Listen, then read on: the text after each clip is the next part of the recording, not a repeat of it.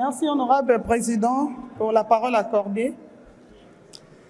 Honorable Président, honorables membres du bureau, honorables députés, estimés collègues, nous intervenons ce jour devant cette auguste assemblée par motion d'information relative à la catastrophe qui a endeuillé la province du Kwilu en général et le territoire de Massimanimba en particulier.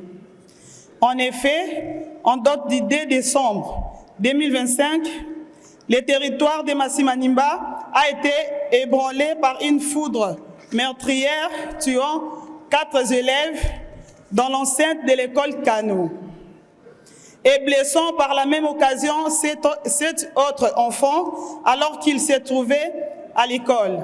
Aucun parent ne supporterait de perdre un enfant par le simple fait de se rendre à l'école. Bien que ce soit une catastrophe naturelle, sur ce, nous faisons appel aux autorités compétentes du gouvernement afin de prendre mesures préventives pour que de pareilles situations soient évitées dans l'avenir, car nous avons laissé les familles endeuillées et en pleurs. En outre, Honorable Président, chers membres du bureau et estimés collègues, il existe des solutions pour que nos enfants soient en sécurité lors des saisons de pluie et à venir, notamment en installant des paratonnerres afin de pallier à ces problèmes. Honorable Président, nous sommes parents et nous avons vu les corps des enfants victimes allongés sans vie et cela nous a encore donné la force de nous tenir là pour vous faire savoir cette réalité afin que le gouvernement puisse réagir au plus vite. Quant à notre visite évidente à l'hôpital général de Massimanimba, afin d'assister le blessé de cette catastrophe, nous avons relevé des faiblesses importantes. L'hôpital traverse une période de crise, Honorable Président, des manques de produits pharmaceutiques ainsi que certains nombres de matériel pour exercer ce grand travail qui est de s'occuper des malades dans de bonnes conditions pour sauver des vies humaines.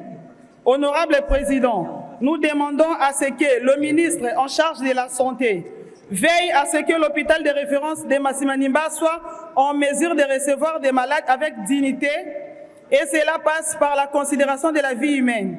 De ce fait, les soignants pourront donc exercer leur métier en toute quiétude. Honorable Président, chers membres du bureau, estimés collègues, nous venons aussi au travers de cette motion informer l'auguste Assemblée de la mort de 5 fonctionnaires à Kenge par un accident de la route survenu exactement sur l'axe Massimanimba-Kenge, après avoir aperçu leur salaire. Ces fonctionnaires faisaient partie des nombreux agents publics de l'État de notre pays, contraints de parcourir plusieurs kilomètres faute d'infrastructures bancaires de proximité. Honorable Président, ces drames auraient pu être évités. Ces déplacements longs et coûteux sont déjà un fardeau pour beaucoup de familles de cette province, alors que la vie leur soit ôtée, bien que par un accident de la route, faute de manque d'infrastructures au plus près de chez eux, est inadmissible quand même. Cette tragédie, au-delà de l'échelle provinciale, le gouvernement central n'est-elle pas en cause? Nous nous posons la question. Cet accident de Kenge n'est pas un fait isolé. Il représente bien les difficultés insistantes d'une grande partie de notre pays et l'urgence de trouver des solutions adéquates et concrètes. J'ai dit et je vous remercie. Merci, honorable, merci.